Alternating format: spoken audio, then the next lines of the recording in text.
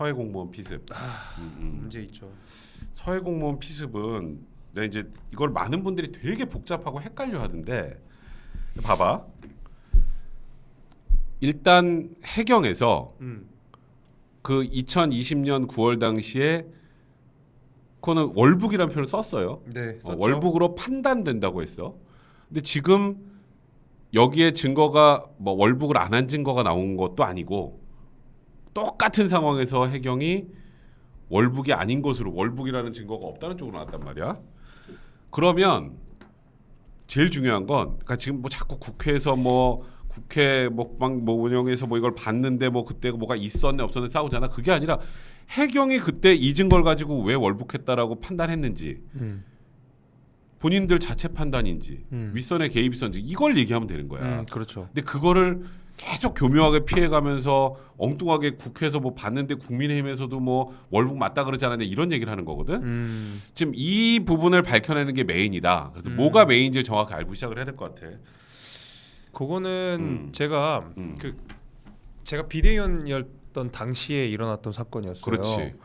그 이제 2020년 말 경이었으니까 그때 아직도 기억나는데 금요일 오전에 9시까지 다 국회로 출근하라는 거예요. 연락이 왔어요. 당사자들한테. 그래서 그 당시 국방위원회랑 최고위원 그러니까 비대위원회 연석회의가 열려가지고 당시 이제 김종인 위원장을 비롯해가지고 그 국방위의 신원식 의원 장군 그렇지. 이런 분들이 이제 다 모여서 해가지고 제가 상암동으로 방송 하다 말고 차를 돌려서 갔었어요. 그렇지. 그 당시에 했는데 신원식 의원의 이야기가 사실 그랬었죠. 그 당시 이제 저희 비공개 회의 때 자료를 안 준다라는 거예요. 정말로 이 국방부에서 자료를 안 줘가지고 거기에 대해서 막 하소연을 하고 토론을 하고 하셨던 그 기억이 제가 있어요. 그러니까 지금 국방부 제 생각은 그렇습니다. 이제 국방부 내에서 지금 이 뭐 국민의힘도 동의를 했다 여부 그게 중요한 게 아니라 이미 국방부에서 국방위에 제출한 자료는 제 생각인데 어느 정도 튜닝이 됐던 것 같아요. 아, 그렇지. 그러니까 시나리오를 정해놓고 정해놓고 국방위에 가서 국방위 민주당 의원들이 사실상 이러이러한 정보들이 이렇게 됐다라고 이야기를 했기 때문에 그러면 우리 쪽에서 그 자료를 더 달라 뭐 이렇게 요청을 했을 거고 그렇지. 거기에 대해서 추가 요청을 안 했을 것 같아요. 그러니까 사실 지금 민주당에서 국방위에 있는 회의록을 제출한다고 하더라도 그렇지. 이미 그 당시 월북을 내렸던 그 내용과 사실 크게 다르지 않아요. 아까 이게 이미 쉽게 다 말하면 내용적으로니까. 약간 마사지가 돼서 국방위로 들어간 거니까. 네, 그 마사지된 돼서. 자료를 어차피 공개해봐야 큰 의미가 없다라는 거죠. 아, 그러니까. 그러니까 그 문제가 있는 거죠. 그거 굉장히 중요한 거예요. 그러니까 네. 이게 민주당하고 지금 막 국민의힘하고 얘기하는 거 막 혼동이 되는 분들이 있어서 그런데 지금 말하는 이 부분이 굉장히 중요한 거고. 봐봐, 해경은 수사기관이잖아. 네. 수사기관이면 어쨌건 본인들이 수사를 해서 수사한 자료를 기초로 해서 수사 결과를 발표하는 거잖아요. 그죠? 그렇죠. 근데 이제 일단 저기 기사 하나만 띄워주세요. 네, 어떤 걸 먼저 해놨는지 모르겠다. 이게 JTBC 어제 단독이에요. 봐봐. 이제 내가 월북을 하려고 그래. 월북을 하려 그러면 그 보통은 이제 내 컴퓨터 그다음에 하드디스크 뭐 그 안에 뭐 그다음에 외장형 하드 그다음에 휴대폰 이런데 뭔가 검색 기록에는 뭔가가 나와야 되거든. 그렇죠. 근데 저게 그때 당시 압수한 거야. 그때 당시 압수한 거에 단 하나도 나오잖아요. 아니 그 일단. 제일 문제가 많이 되는 게 형 그거잖아요. 그 뭐라 그러죠? 그거 그 다음에 할 거야. 예. 일단은 이제 여러 가지 이제 월북을 판단할 때는 여러 가지 증거들이 나와야 월북이라는 건 사실 국가보안법 위반이에요. 그럼요. 국가보안법 위반이고 우리 대중들이 느끼는 이 월북이라는 단어에 대한 거부감은 어마어마해. 그럼요. 이 가족이 느꼈을 고통을 생각하면 이 월북이라는 단어 선택은 진짜 신중해야 되는 그럼요. 거거든. 그러면 이건 이 정도 되면 누가 봐도 월북인 애가 돼야 월북이라고 평가를 해야 되는 거야. 근데 일단 그러면 월북이라고 평가하기 위해서는 기본적인 증거들이 나와야 되는데 그렇죠. 월북할 만한 그런 사람이 소위 나의 말하는 컴퓨터, 휴대폰 이런 거에 아무 흔적도 안 남겨놓는다고? 이상하지. 그러니까 저거 나중에 다 가족들한테 돌려준 거야. 포렌식까지 했어. 아무것도 안 나왔어. 예. 그다음에 지금 두 번째가 이제 중요한 건데 그것도 올려주세요. 이게 제일 기가 막힌 거지. 그러니까 해경 입장에서 생각을 해보면 이거 봐. 지금 사람들이 많이 헷갈려하는데 이거 아예 사진을 보여줘야 돼 저렇게. 그러니까 9월 22일 정도면 추워요. 춥죠. 바다는 더 춥고. 바다는 더 추워. 네. 그리고 바다에 빠져서 월북까지 하려면 그 정처 없어요. 엄청나게 가야 돼. 네. 그러면 구명조끼 하나 입고 뛸까? 아니요. 이분이 저 배를 처음 탄 사람이야? 아니 그 월북의 증거 중에 하나가 연평도의 지리를 잘한다 아니었어요? 야, 그 깜깜하면 안 보여. 그걸 어떻게 알아? 배가 그러니까. 어디로 가고 있는지 모르는데. 그러니까 너무 잘 아는 사람인데. 뭐 조련이야? 수영을 거기까지 하게? 그러니까 너무 잘 아는 사람인데 정말 월북을 하려고 그랬다면 저걸 입고 있겠죠. 그렇지. 저걸 입어야 저체온증에서 벗어날 수 있어요. 조금만 있어도 견디기 힘들단 말이야. 정신력으로 버티는 게 아니라 저게 자기 자리에 있으니까 월북을 할 거면 저걸 입고 구명조끼도 입고 그리고 뛰어야겠지. 그렇겠죠. 만약에 그랬다면 진짜 월북을 하려면. 그럼요. 근데 저거를 놔두고 갔는데 저거에 대한 설명이 전혀 없이 월북이야. 그러니까 지금 이런 것들이 그리고 또 하나 이번에 저기 국가에서 우리 정부에서 정보공개 청구한 거 항소했다가 이제 윤석열 대통령 요 윤정부에서 항소를 취하했잖아. 그렇죠.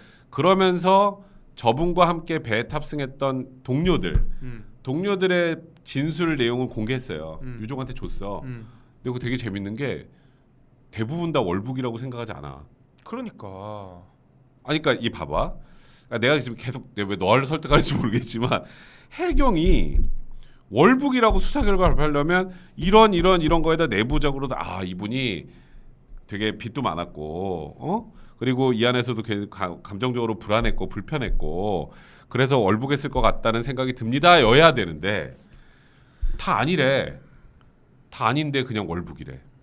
근데 이게 그러니까 제가 약간 뭐 방송이나 뭐 기사에 잘 나오지 않는 내용들을 조금 더 말씀을 드리게 근데 이제 되면 그걸 좀 해줘야지. 이제 과거에 있었던 일들이라서 제가 좀 알아보고 찾아보고 하다가 알게 된 거예요. 다시 저도 리마인드가 된 건데 당시에 어떤 사건들이 있었는지를 말씀을 좀 드리면 우리 그 공무원이 피살되고 불에 태워지는 뭐 끔찍한 만행이 그러니까. 일어났죠. 근데 뭐 아까 댓글에서도 몇 분 말씀하셨지만 문재인 대통령이 그 청와대에서 그 보고를 받고 3시간 뒤에 이제 시신이 소각되는 과정에서 맞아. 그것도 조치가 없었잖아요.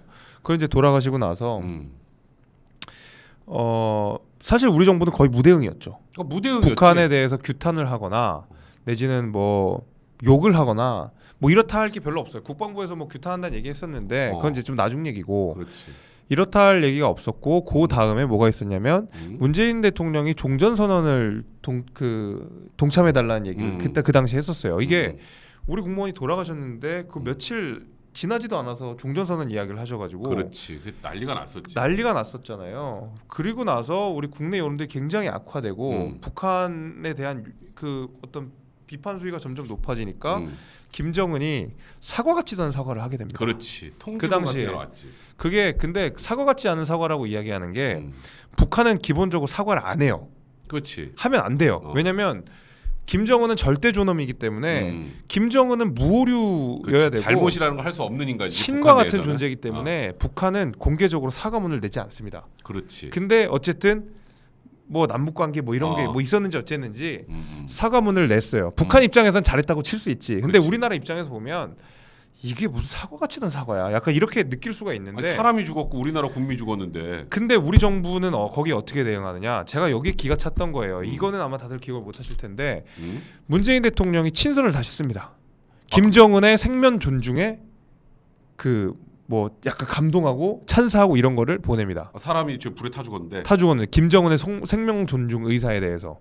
그러니까 사람이 죽은 거에 대해서 사과를 했으니까 김정은은 생명을 존중하는 그러니까 정말 저는 이거는 개소리라고 생각해요. 진심으로. 개소리 맞네. 네. 그럼 우리 국민이 죽어나가는 건 생명 존중 그건 아니에요. 저는 그래서 그 일련의 시나리오들이 있었어요. 시나리오 있으면서 제 생각은 이게 그러니까 왜 이 사건을 계속 월북이라고 단정짓고 쉬쉬하고 뭐 정보 공개도 안 해주고 그렇지. 대통령이 정해주고 하는 것이 남북 관계가 해쳐지면 안 된다라는 거. 그러니까 우리 국민이 죽었더라도 문재인 대통령께서 유지하고 계셨던 그 잘난 남북 평화 교류 모드를 이것 때문에 깨져서는 안 된다라는 라는 눈치가 사람이 있지 죽어도. 않나라는 생각이 저는 사실 개인적으로는 들어요. 그래서 그 부분을 굉장히 비판을 하고 싶고 그 이후에 또 언론 보도에서도 잘 나오지 않는 내용이 뭐냐면 그 우리 돌아가신 공무원 그분께서 이 씨께서 사망 판정을 받은 게 그 당시가 아니라 5월이에요. 5월. 지난달 5월. 아 그래? 그게 재판에 의해서 사망 판정을 받았어요. 왜냐면 이거 나도 모르고 있었다. 그게 왜냐면 원래는 그러니까 사망 신고를 하게 되면 처리를 해주잖아요. 그렇지. 근데 그리고 우리가 재판에서도 이게 실종되거나 이러면 사망으로 추정하는 것도 그렇지. 있고, 근데 계속 사망을 판정을 안 내주려 주니까 유가족 소송을 해서 지난달 5월 23일인가에 사망 판정이 내려진 겁니다. 근데 이게 왜 중요하냐면 아니 그 사망 시점이 왜 중요해?라고 여러분들께서 궁금할 수 있겠지만 형님 변호사니까 더 잘 아시죠. 사망 시점은 정말 중요하잖아요. 그럼 왜냐하면 이분이 공무원이시잖아요. 공무원인 경우에는 뭐 이런. 그렇죠. 이게 공무원 연금을 받아야 되는데 2년 동안 그 유가족들은 공무원 연금을 받지 못했던 거거든요. 차라리 월북으로 맞아. 단정을 지어버리면 적어도 지금까지 납입한 거에 대해서 그 공무원 연금이 유족 일시금으로 지급을 뭐 할 수 있는 거고, 만약에 순직으로 처리된다 그러면 그에 따른 또 뭐 보상이나 배상들이 그렇지. 있을 수가 맞아, 있는 건데 맞아. 지금 여러분이 놓치고 계시는 것들이 정신적 고통, 그러니까 유가족들이 정신적 고통만 있다고 생각하시는데 경제적으로도 굉장히 그 공공한 위치에 있었을 거라고 저는 생각이 듭니다. 돈을 맞아. 벌던 가장이 갑자기 월북으로 단정이 돼서 수입도 없어지고 지탄받고 막. 사회적으로 지탄을 받고, 심지어 아들도 제가 어디 기사에서 본 것 같은데 육사에 진학하려다가 뭐 월북 그것 때문에 못하고 뭐 그랬다면서요. 그러니까 집안 자체를 완전 작살이 난 건데 이게 여기 와서 우상호 그 위원장이나 서른 이런 사람들이 중요하지도 않은 문제라고 하는 거는 진짜 말 중요하진 그대로 않은 문제. 개소리고 무식한 소리예요. 그거는. 그건 진짜 슬픈 네. 얘기다. 정말 슬픈 얘기야. 그걸 또 같이 우리 시청자분들께서 알아주셨으면 좋겠다 그래서 제가 뭐 길게 설명을 드렸습니다. 그래서 나는 이게 그러면 해경이 이제 그때 당시에 이제 발표를 했던 분이 그 왜 이런 발표를 했느냐에 대한 설명을 해줘야 되잖아. 그지? 근데 설명이 위에서 잘 정리해 나온 거 자기는 이제 브리퍼 역할만 했다. 그러니까 그 얘기는 난 몰라. 그러니까 난 읽기만 했어. 난 몰라. 난 몰라 이거잖아요. 그럼 그 끝이야 그러면? 그럼 그 다음에 지금 어떻게든 이에 대해서 그런 일이 있었다고 하는 그 당시 해경 수뇌부 쪽에서 뭔가 얘기가 나왔는데 거기서 더 이상 얘기가 나오지 않더라고. 그 이상한 난처한 거죠. 거야. 네. 이게 보면 그리고 또 그거 있다. 이제 그 나중에 중간 수사 결과 발표를 할 때 이제 그런 얘기를 해요. 그때 발표한 사람이 해경에서 그러니까 정신감정 결과에 관련된 얘기를 해요. 그러니까 뭐 약간 그러니까 정신적으로 좀 이제 고립 상태고 문제가 있고 뭐 이런 과정에서 이런 뭐 월북을 한 거다 이런 취지로 얘기했는데 더 막가는 건 요 발표한 날 중간 수사 결과 발표하고 다음 날 정신감정을 했어요. 이게 무슨 뜻일까? 이상하네. 결론은 정해놓고 그러니까 그리고 더 재밌는 건 다음 날 지금 그래서 한 번 양보해서 그 우리 내부에서도 그렇게 판단했고 뭐 우리 미리 받아놓은 거 다음 날 정식으로만 다음 날 한 거라고 할 수도 있겠지. 그것도 말도 안 되지만 근데 다음 날 전문가 7명 중에 1명만 정식적으로 문제 있다고 평가했어요. 그것도 이상하지. 말도 안 되네. 예. 나는 그래서 이번에 그 우리 서해 공무원 유가족 분께서 그 얘기한 게 너무 가슴이 아프더라고. 세월호 7번 수사했지 않느냐. 그렇지. 아니, 그러니까 그거죠. 이제 민주당은 뭐만 하면 진상 규명 얘기를 꺼내고, 그럼 세월호도 뭐 7번을 조사하고 뭐 다 계속 그랬잖아요. 좋다 이겁니다. 근데 왜 그 기준이 이 서해 공무원 피살 사건에 대해서는 동일하게 그렇지. 적용되지 않는지, 그렇지. 그 얘기를 묻고 싶은 거죠. 그러면 이게 그러니까 나는 이제 이거 앞으로 이제 유가족분들이 고발을 많이 해놔서 서른 국가안보실장부터 시작해서 그 당시 민정수석이랑 문재인 대통령도 고발했더만 고발한다고 하더만 살인방조로. 네네. 그렇다면 이게 수사를 통해서 어느 정도 얘기가 좀 확인이 될 수 있을까? 어떻게 생각해?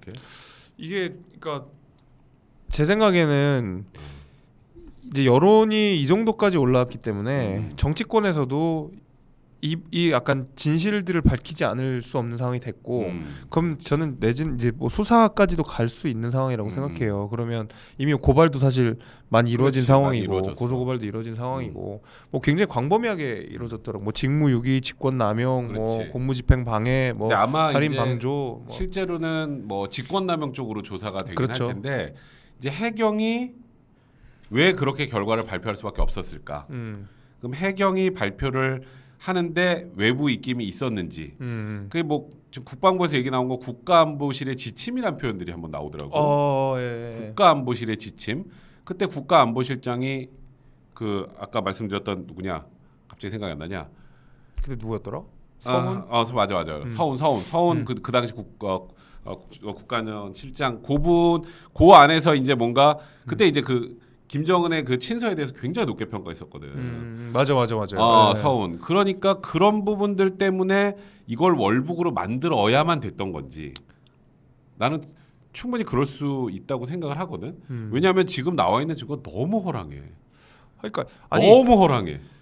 이게 민주당이 주장하는 대로 팩트는 그대로인데 해석만 바꿨다면서 국민의힘을 비판해요. 그렇지, 지금 그렇게 비판을 하고 있잖아. 그러면 저는 그 소리도 등신 같은 소리인 게 해석에 의해서 바뀔 수 있는 거라면 그럼 월북이라고 하면 안 되지. 월북이라고 하면 안 되죠. 그게 정답이야. 네. 내가 방송에서 너 지금 말한 거 똑같이 얘기했다. 그러니까 이게 저희가 그게 호환이 돼요. 호환이. 법조인이라면 난 더더욱이나. 그러니까 그 월북은 사실상 범죄잖아. 네. 아니 저기 그 유엔에서 우리나라에서 문의했을 때도 그렇게 대답했어요. 정부에서. 그거는 국가보안법 위반 될 수 있는 거라고. 그러니까. 근데 당사자 사망하면 이제 공소권 없어 처분되니까 그런 거고. 그러면 지금 그렇게 우리나라 국민이 공해상에서 안타깝게 사망했는데 월북자 딱지를 딱 붙여버린 거야. 그러니까. 그리고 가족들은 네가 말했던 것처럼 사망 시점까지 최근까지 인정되지도 않았었고. 아니, 그러니까 그 정확하게 친서가 그 김정은의 친서가 나왔던 그날에 나온 내용이 도박빚입니다.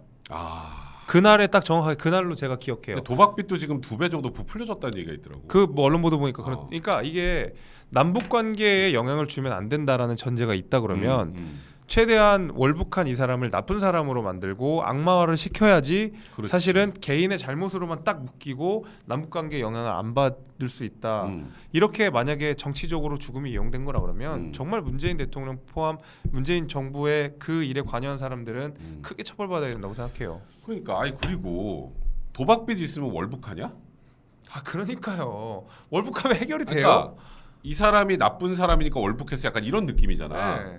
이 사람은 도박빚도 많아요. 그리고 뭐 그다음에 이제 아까 말했던 구명조끼 입었어요. 네. 구명조끼는 그 밤에 그 선상 돌 때는 안 입으면 잘못하다 빠지면 사망하니까 입어야 돼요. 기본적으로. 네.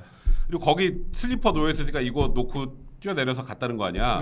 그 슬리퍼 공용이에요. 그래 뭐 DNA 검출할까 뭐 여러 명이라면서요. 공용이야. 그리고 도박빚이 맞으면 저기 나오네. 최지희님 해외로 가지 왜 위로 가냐.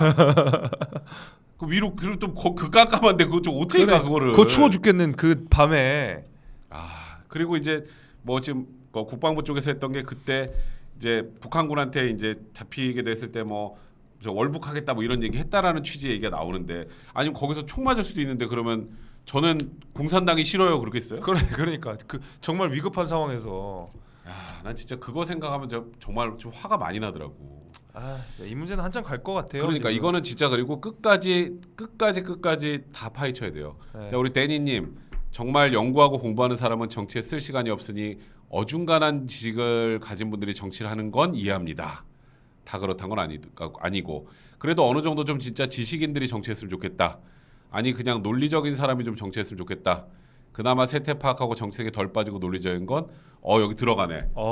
저렇게 묶여가지고 자꾸도 이준석 대표 빠지는 거야. 이준석, 김재섭, 전환뿐인 것 같다. 이준석계라고 저거 때문에. 어쨌든 감사드립니다. 감사합니다. 네. 네, WDJ님, 재섭님 말씀 너무 공감합니다. 정말 분노가 치솟네요. 어휴, 요즘 사정이 그지라 오랜만에 슈챗에 응원의 말씀 드립니다. 별 말씀을요. 너무 감사합니다. 너무 어려우시면 그렇게 저희 후원까지 안 하시고 저희 방송 보고 응원해 주셔도 됩니다. 그럼요.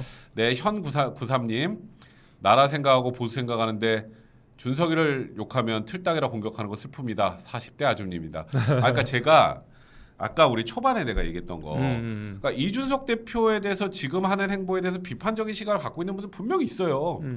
나 그에 대해서 뭐라 안 해. 그건 인정.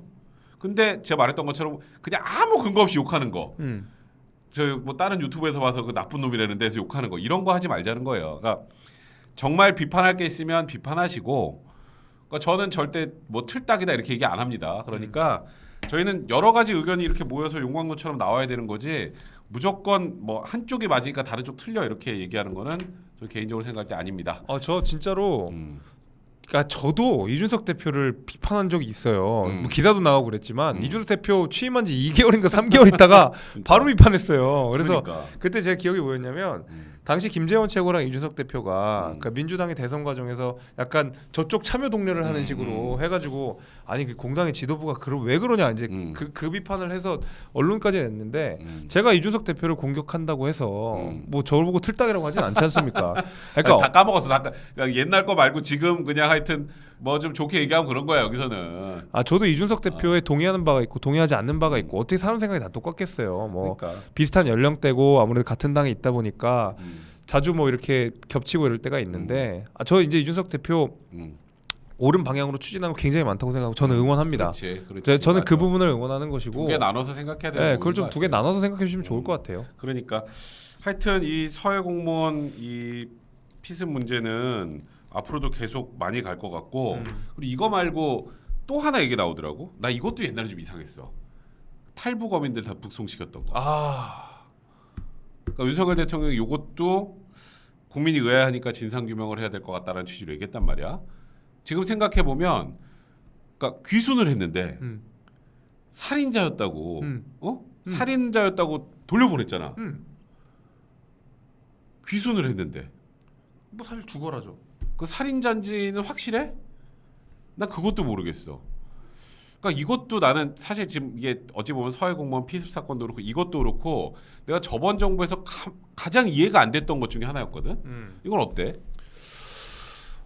이것도 좀 그러니까 사실 북한 관련돼서는 민주당에게 되게 이해 안 되는 게 너무 많아요. 이런 것들도 그렇고. 그렇지. 그러니까 약간 북한 관련되면 아니 도대체 왜 이렇게 우리는 뭐 북한 눈치를 왜 이렇게 많이 보는 느낌이지?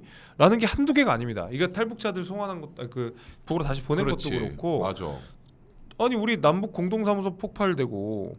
그렇지. 그것도 우리나라 돈으로 준 거잖아. 그거 다 대한민국 세금으로 간 거예요. 그거 했죠. 그 다음에 저 어디야 누가 김여정이가 대통령 보고 뭐 삶은 소대가리니 뭐 이런 막말을 쏟아보고 우리 뭐 거기서 뭐라 그랬어요? 너도 소대가리야라고 안 했잖아요. 너는 말대가리야. 넌 말대가리야 이런 얘기라도 했나요? 저는 가만히 있었지. 왜 그렇게 그러니까 말하자면 이게 탈북을 한 사람들을 우리나라에 받아주게 되면 그럼 북한 입장에서 심기가 불편할 수 있잖아요. 당연히 불편하겠지. 그렇죠. 이제 제 생각에는 그렇기 때문에 보낸 것 같은데 이 일련의 모든 행동들이 보게 되면 북의 눈치를 너무 봤다. 이거는 그러니까. 나는 평화라고 보기 어렵다고 생각합니다. 그러니까 이거는 이게 평화가 아니라고 생각합니다. 이게 내가 그때 좀 이해가 안 됐던 게 이게 그러니까 2020년 9월에 이제 그 아까 말한 서해 공무원 피습 사건이 있었고 이게 고 1년 전이에요. 2019년 가을에 있었던 일인데 그 당시 이랬어요. 동료 승선원 16명을 살해하고 도피하다 우리 해군에 납포된 북한 주민 2명이라고 나왔는데 실제로 그런 일이 있었는지는 알 수가 없습니다. 알 수 없어요. 우리는 알 수 없어요. 그러면은 이제 여기서 해야 될 건 범죄자라고 판단이 되면 우리가 보통 이제 외국에서 범죄자가 우리나라 들어오면 어떻게 해주냐? 범죄인 인도를 하잖아. 네. 추방했어. 추방을 했어요. 네. 추방을 했어. 그리고 이 북한 선원 2명이 자필로 귀순 의향서까지 작성했지만 강제 북송 사실 모른 채 닷새 만에 판문점을 통해 추방됐다. 그러니까 우리나라에 그러니까 모르겠어요. 뭐 예를 들어서 어떤 사람 이러더라고. 그 살인자니까 당연히 추방해야 되는 거 아니야? 그래도 그것도 나중에 우리 최대한의 법적 절차나 그게 있죠. 그러니까 우리가 살인자라고 해서 너 바로 감옥 가 이러지 않지. 재판을 살인자라고 다 죽으라 보장하고. 그러진 않잖아. 그러니까 재판을 다 보장하고 얼마든지 반론의 기회를 주고 내지는 또 보호할 땐 또 보호하잖아요. 그렇지. 그러니까 이게 범죄인 인도가 아니라 추방이야. 그냥 추방이니까. 그러니까 이게 아까 네가 조금 전에 얘기했던 것처럼 뭔가 북한에서 불편해하고 야 그거 돌려보내. 그럼 이제 어떻게든 뭘 만들어가지고 돌려보내는 느낌이라고 해야 될까? 추방까지 할 필요가 있었나라는 생각이 들어요. 사실 이것도. 그러니까 이것도 역시 좀 뭐라 그래야 될까? 그러니까 지금 진상 규명이 좀 정확하게 필요. 이 과정이 지금 말했던 것처럼 범죄 인도가 아니라 판문점까지 와서 추방을 했던 이 과정이 어떻게 이루어진 건지. 그러니까 사실 문재인 정부에서 제일 강조하는 게 인권 아니냐? 그렇죠. 그 민주당이 제일 좋아하는 이야기 많이 하는 게 인권이고. 근데 북한을 별로 안 좋아하면 인권이 없나? 아 그리고 그 우리가 뭐 요거는 조금 다른 얘기인데, 그러니까 북한에 대한 안보리 제재에 우리 대한민국이 그렇게 적극적으로 동참하지 않았어요. 그렇지. 늘 그러니까 편법들을 좀 썼거든요. 그러니까 뭐 우리 왜 석탄 관련해서 환적해가지고 북한에 밀 수출하다가 뭐 막 언론 보도 나고 했던 것들 있잖아요. 그 안보리 제재 위반한 것들이 많은데 세컨더리 보이콧이라고 해서 그렇지. 우리는 이제 노동력까지도 북한의 노동력까지도 받으면 안 된다. 외부에도 그거 같이 동참해야 된다 하는 게 뭐냐면 민주당이 여기 동참해야 되는 이유가 그 북한에서 내보내는 노동력의 90% 이상은 그러니까 노동력 그러니까 북한에서 다른 나라 수출이라고 표현할게요. 그렇지. 수출하는 노동력이 벌어들이는 돈의 90%는 북한 지도부가 가져갑니다. 그렇지. 사실상 노예 파견이에요. 그 우리가 여기서 그걸 해야 되거든요. 그러니까 정확하게 딱 끊어줘야 되거든요. 이거 동참하지 않아. 근데 우리는 세컨더리 보이콧커녕 기본적으로 안보리 제재에도 적극적으로 동참 안 하는 상황이었기 때문에 맞아. 북한과 관련돼서는 대한민국 정부가 난 너무 좀 별로였었어요. 그러니까 뭔가 아니 우리나라 그 국민들에게 위해가 되는 그런 상황에서도 무조건 눈치만 보는 상황이 되고 이게 지금 아까 우리가 말한 두 가지 우리 지금 계속 문제되는 이 서해 공무원 피스 문제도 그렇고 이 어부 북송한 것도 추방한 것도 그렇고 그래서 이런 것들은 그러니까 이거야. 이게 뭐 정치 보복이니 뭐 이런 게 아니고 이런 건 바로 잡아야 되잖아. 이거는 그럼요.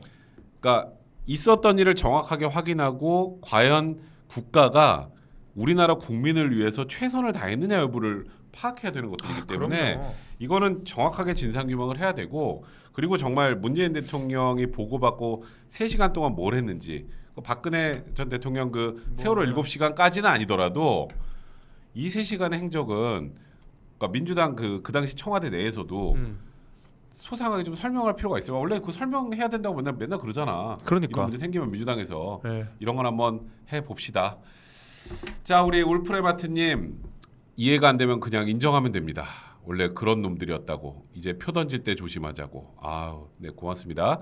노바디님 문재인하의 북한과 중국 관련 너무 이해 안 되는 일이 많은데 아무래도 저쪽 해커에서 큰 약점을 잡혀 있는 거 왜 납득이 안 갑니다. 전 저거보다 더 궁금한 건 뭐, 과연 문재인 대통령이 김정은에게 전달한 USB 안에 뭐가 들어있을까? 나는 그게 제일 궁금해요. 도보다리에서 던진 USB는 도대체 뭐가 들어가 있을까? 그게 제일 궁금해요. 나도 궁금해지려는다.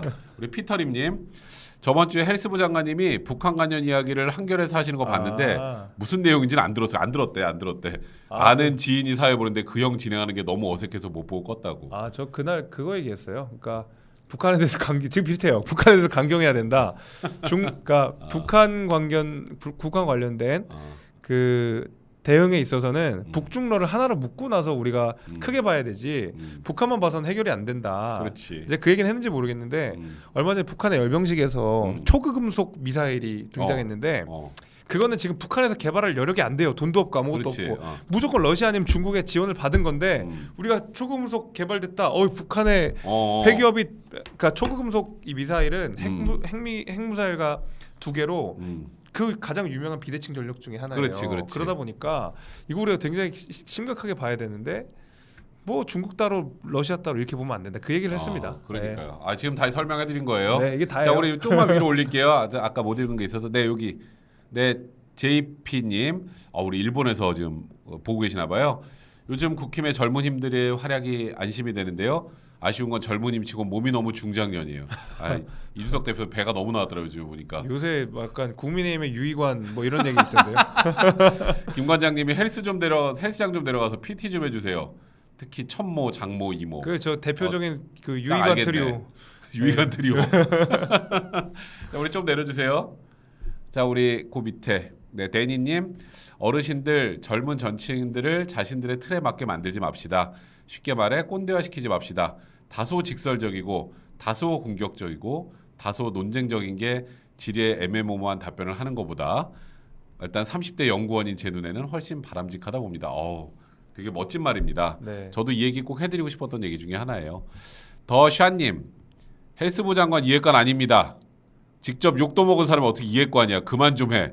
아 지금 너 이해관이라고 자꾸 그러니까 아니, 편들어오셨어요. 그러니까 여러분이 판단하세요. 제 이준석 대표랑 가까운 거 맞아요. 가까운 것도 맞고 심지어 제 도봉 갑구랑 노원평 이준석 대표 지역구 붙어 있어요. 그렇지. 지역적으로 붙어 있고 집도 한 20분 거리 정도 되는 15분 20분 정도 거리 정도 되는데 제가 이준석 대표가 당 대표가 된 이후에 그 대선 뭐 선거관리위원 예선 때 한번 당직자로 전 비대위원으로 한번 들어간 거 말고 그 어떤 당직도 맡아본 적도 없어요. 이준석 대표가 저를 국회에 부른 적도 없고요. 한 번도 그 정도는 돼야 뭐 어디 직책 정도는 맡아야 이해관을 불러주시는 게 맞지 않겠어요? 요즘에 이준석 대표보다 나를 훨씬 많이 보지 않냐? 형을 훨씬 많이 보죠. 그러니까요. 그러니까 지금 이게 그냥 무조건 욕하는 분들 중에 가끔 그런 분들이 있어요. 이준석 대표 좋아하고 그러니까요. 제가 당연히 뭐 가까운 건 맞는데 좀 이해해 주세요 저희. 네, 그거는 맞습니다. 네, 우리 박도우님 어찌됐건 분란이 생방으로 나가는데 사과 한번 안 하고 남욕하는 건 당 대표로 맞는 모습인가요? 이게 MZ식이라면 난 그 MZ 버려야 한다 봅니다. 아니 이런 비판은 이준석 대표도 들어야 돼요. 그리고 저 얘기는 저도 좀 이제 하려고 하는데 이제 우리 마지막 글로 갑시다. 네, 국민의힘으로 가시죠. 이제 좀 깝깝하지만